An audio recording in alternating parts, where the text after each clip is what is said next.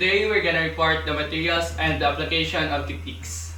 This lesson will discuss the various local materials and application of techniques that are gradually being forgotten by modern generations. Also, this lesson will talk about the development of arts which are already part of the culture and local communities.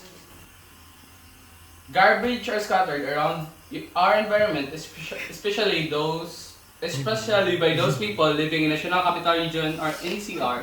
This trash from surroundings or community can be recycled to produce something new and transform it into a local product or a piece of art. The Philippines has been blessed with a lot of local materials according to the previous discussion.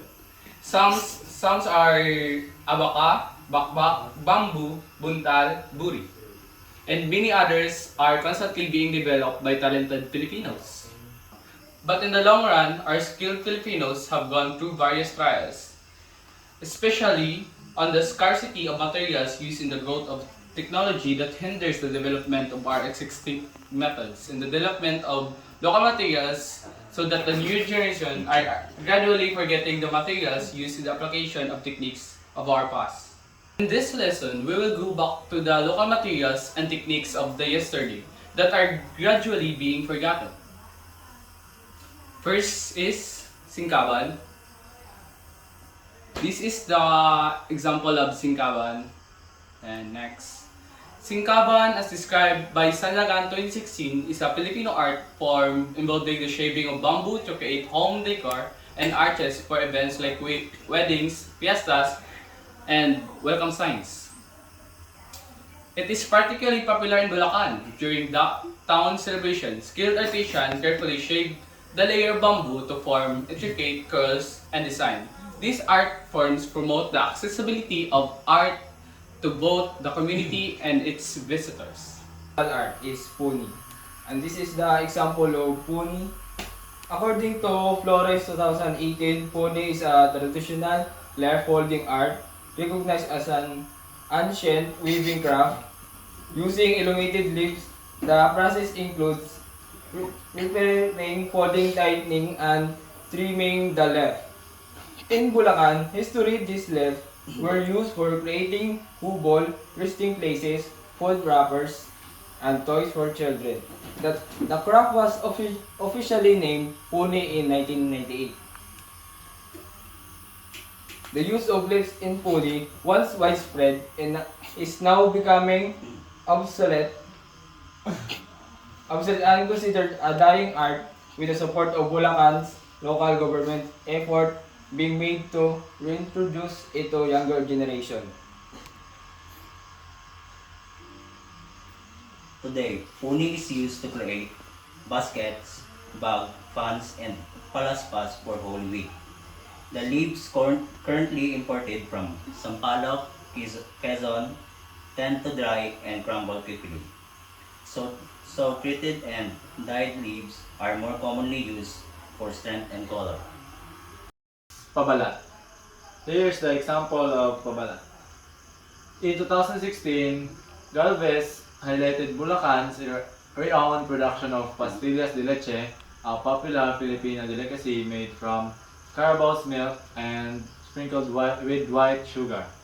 The pastillas are wrapped in white paper before being packed for the market. Filipinos have a unique mindset and creativity that influenced the production of pastillas. The town of San Miguel was the birthplace of the distinctive paper used to wrap pastillas, a tradition that later spread to Malolos, Bulacan.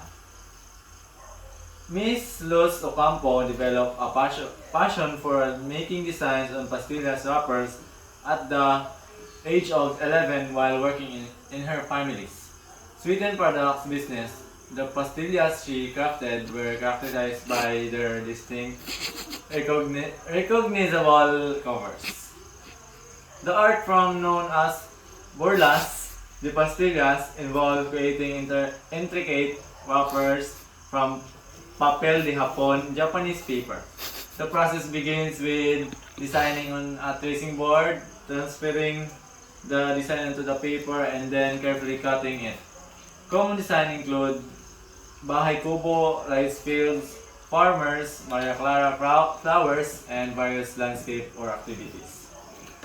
Wrapper making used to be a folk art, but the tradition is slowly diminishing today. Ate Nati Ocampo Castro continues the legacy of her mother, offers her burlas, the pastillas to keep this culture alive and to be recognized by the current generation. The fourth is Taka. Paite, Laguna is renowned for its colorful and creative culture, with its name derived from the word chisel, akito, and sculpture. The craft of Taka or paper mache began in the 1920s when Maria Bandi created paper toys. These were made by molding paper from wood carving, gluing it with paste, and then then painting it. Sadly, the fate of her works remains unknown due to a fire that consumed her town, erasing almost all traces of her takas. Every April, the people of Paite are busy crafting Christmas characters such as Santa Claus, Rudolph, the red-nosed reindeer, and Frosty the snowman in preparation for the holiday season. Within the town, almost all the shops sell various Filipino-inspired design Carabao figure, Maria Clara's dolls, and horses in a variety of options. Some new design are cherubs, toy soldier, giraffe, rabbits, and a variety of fruits. Build the More 2020. The fifth local art is pagpapalayok or pottery making. Filipino dishes like kare-kare, paksiw, and sinigang are best enjoyed hot from a clay pot, showcasing the unique culinary tradition of the Philippines. The people of Pasig maintain a rich tradition of pottery making, which is considered one of the oldest and most significant art form in the city.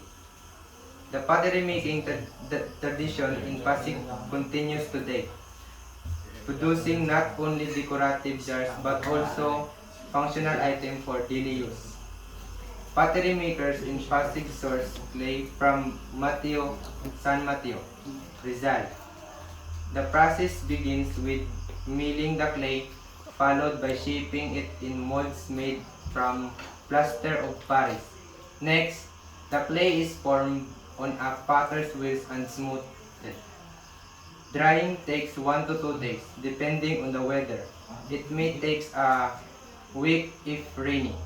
After drying, the pots are baked in a kiln for about 8 hours, requiring gradual heating to prevent breakage. Traditionally, potters use carabao dung and hay as fuel, while modern potters utilize wood and plywood. Once baked, pots are tested for sound and inspected before being painted with latex, acrylic, and or glaze for shine. Let's proceed to the San Nicolas cookies or Pancillos de San Nicolas. This is the example of San Nicolas cookies. Aching Lilian Borromeo is one of the famous food historians and experts in Pampanga. Her recipes are handed down from her grandmother, whom she called Impu. Aching Lilian makes Pancillos de San Nicolas cookies believed by Filipinos to have healing properties. The primary ingredient is arrowroot, which her ancestors cultivated, taking 8 months to mature. The roots are processed into the powder to create the flour needed for the cookies, a process that was necessary before the availability of store-bought flour. To prepare the cookie dough, Combine the cornstarch, baking powder, salt, sugar, egg yolks, coconut milk. Soften butter, lemon zest, and oil in a bowl. Blend the mixture gradually, adding cake flour and rice flour, then knead until it forms a smooth thick dough. This mixing process should take about 10 minutes. Once the dough is ready, place it in an airtight container and freeze for 2 to 4 hours of overnight. Before baking, tow the dough for 8 to 10 minutes while keeping it cold for easier handling and rolling with heirloom cookie molds.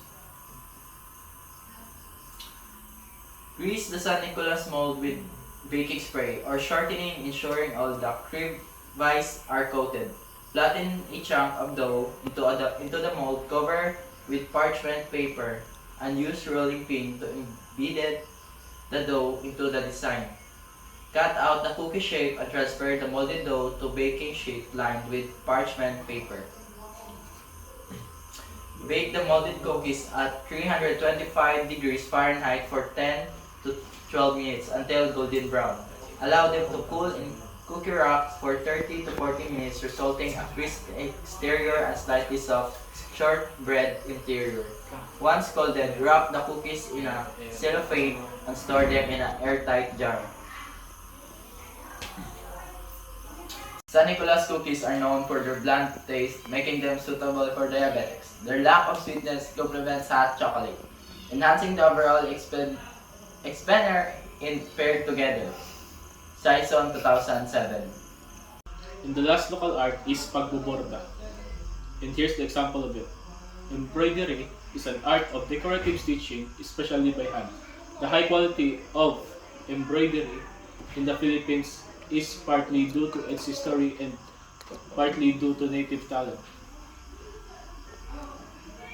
The town of Taal and Lumban, Laguna had a long tradition of hand embroidery since the arrival of the Franciscan missionaries. They started teaching women embroidery. This is probably one of the most famous studies that have happened to women folks.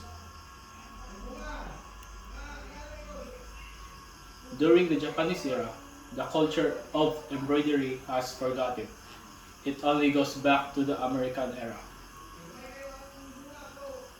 Piña and Josie are traditional fabrics used by the bordadoras, but piña is more special because it is decent, soft, refined, durable, and not hot. Ang Josie, Chinese term for raw silk, on the other hand, is lightweight, flimsy, and ecru-colored fabric, regarded by boundaries as the natural material for embroidery news YouTube 2019. The process of cloth design involves several skilled artisans. First, the magdidibuho designer stamps the design onto the cloth, then the cloth is passed to the bordadera embroiderer who embroiders the stamp design. After embroidery, the cloth goes to the magbabakbak who pulls each thread to create a design. The next step is pagkakalado, where threads are locked to prevent frying, requiring careful attention to each thread. Kalado is noted to be a very tedious process.